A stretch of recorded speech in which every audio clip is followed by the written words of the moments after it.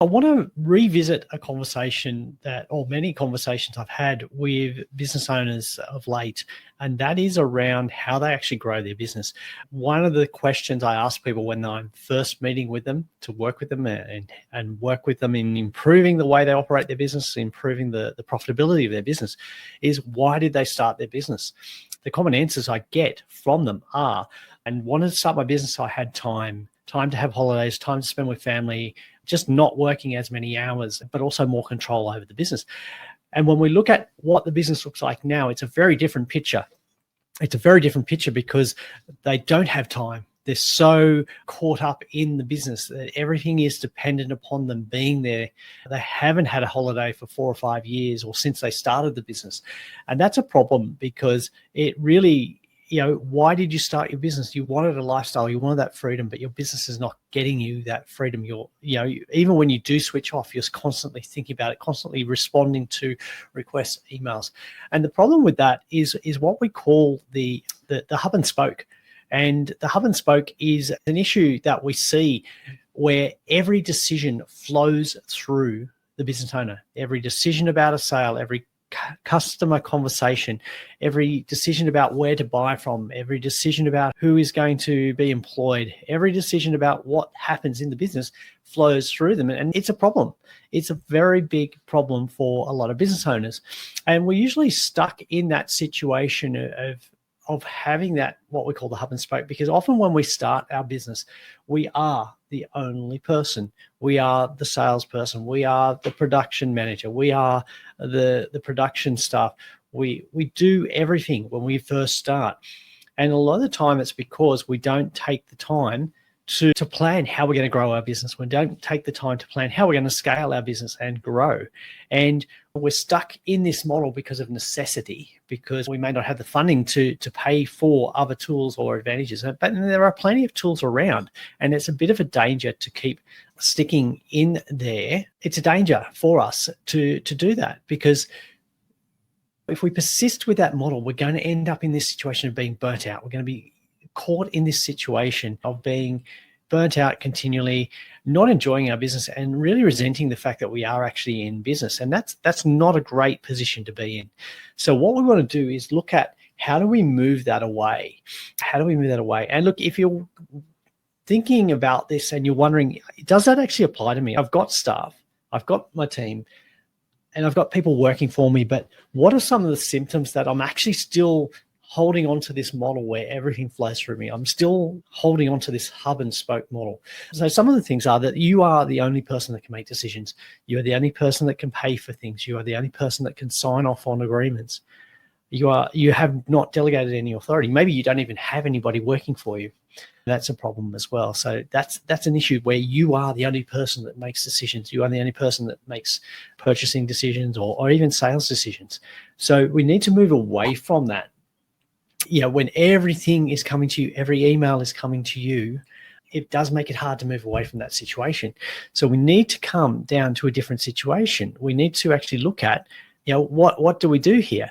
And, we've got this situation that we're often trapped in. It's a trap. We're looking at this system from the value builder system, and we're caught in this trap of, you as a business owner, you do all the selling, you do all the interfaces with the customer, you do all the production, you do all the delivery, you do everything. And it's a trap that we want to avoid. So we want to get back to that situation where doesn't rely on us to be there the full time. We've actually got a team around us, and we've got resources that are actually doing the work. And we've got to move away from the situation where, you can't take time off.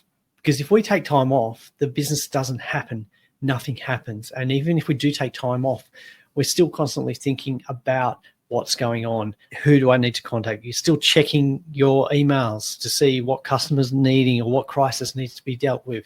And so you're not actually there participating in your holiday with your family. You're not having that disconnect from your business. You're not actually refreshing yourself. That's a dangerous situation to be in. So we want to avoid that. One of the couple of the other tips that indicate that you are stuck in this model is, if you went through your customer list, do you know everyone by name?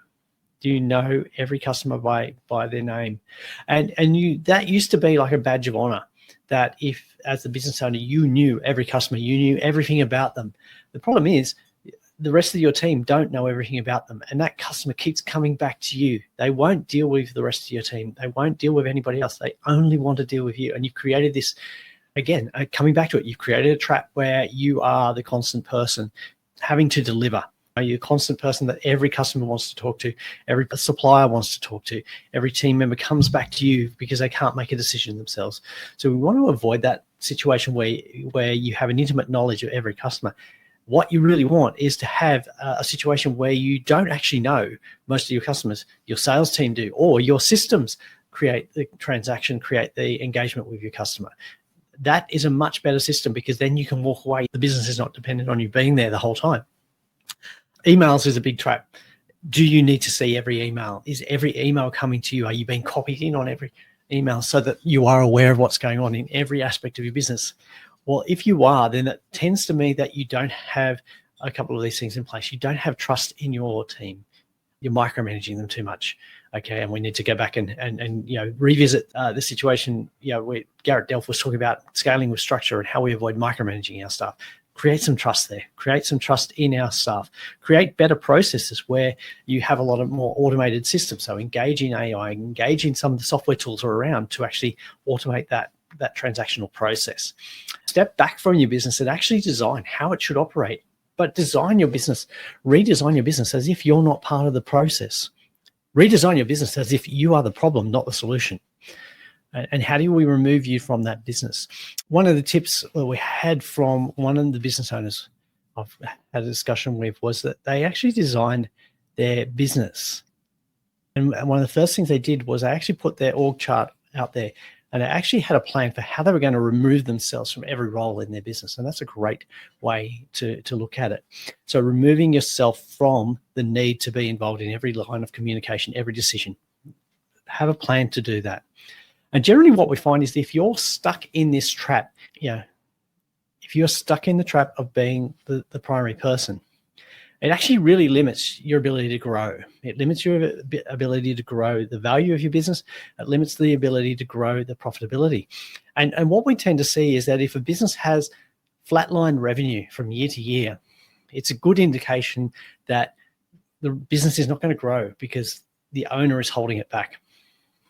So we want to avoid that situation. So there are a few things that we can do. And how do you know where to start? How do you know the first things that you should do? Look, it's very easy to get overwhelmed by this and say, right, I don't know where to start. So we've got some help for you here. So what we've got to do is provide for you in the link to the show notes. There's going to be a link to what we call the Value Builders Quiz.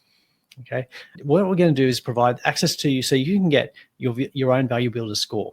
Now, why are we talking about value building? So if you're creating a business that's going to have value, the value is to the end purchaser, as somebody that would look to buy your business. And that value is generally a result of things like profitability, scalability, independence of the owner. So if you have a business where you are the central person involved in that business, you're really limiting not just the value of the business or your capacity to sell, but you're actually limiting the profitability as well. And that's got a negative impact on not just your personal well-being, but also the growth of your business. So you're holding yourself back. We're going to put a link in the show notes to how you can get access to that report. So it'll only take you about 5 minutes to complete. And at the end of that, you'll get your own tailored report showing you what your score is, what your business score is, and also highlighting some of the areas that you can really improve and work on in your business. And we think that that's really helpful. So we want to make that available to you. So the link will be in the show notes and also on the businessbehindyourbusiness.com website. So please check that out. But also please go back and check out past episodes where we've actually looked at how we can put in place things like systemizing our business so that we can grow, so that it can be more profitable. What are some of the tools that you should be taking advantage of as a business owner? What are some of the tools that you should be accessing to help you leverage the technology available to help you grow and scale your business and reduce the reliance on you? So have a look at those. And then the other option, of course, is, look at, well, does the job need to be done by you? Okay. Some people won't go and hire additional resources because of the costs, but there are alternatives. And we've looked at this episode with Amir Wan talking about how we can use virtual assistants. And the processes, the different ways that we can engage virtual assistants to do different aspects of our business, and just relieve some of that necessity for us to be involved in every stage of the business. So a couple of things there. We want you to actually take a step back from your business and redesign your business and look at, well, how can I remove myself from the day-to-day operations of the business? How can I increase the ability of my business to grow by reducing the reliance on me? And so we're going to provide some free tools to help you do that.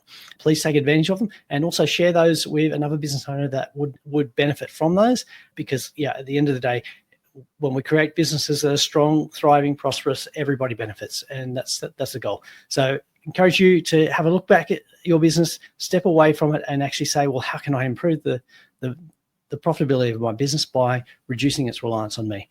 So looking forward to sharing some of the conversations we've got coming up. They're absolutely fabulous. Really delighted to share those with you, and encourage you to make sure, if you haven't already, subscribe to the podcast on your favorite platform so that you don't miss out on any of these episodes when you're coming up, because there's some absolute treats in store for you.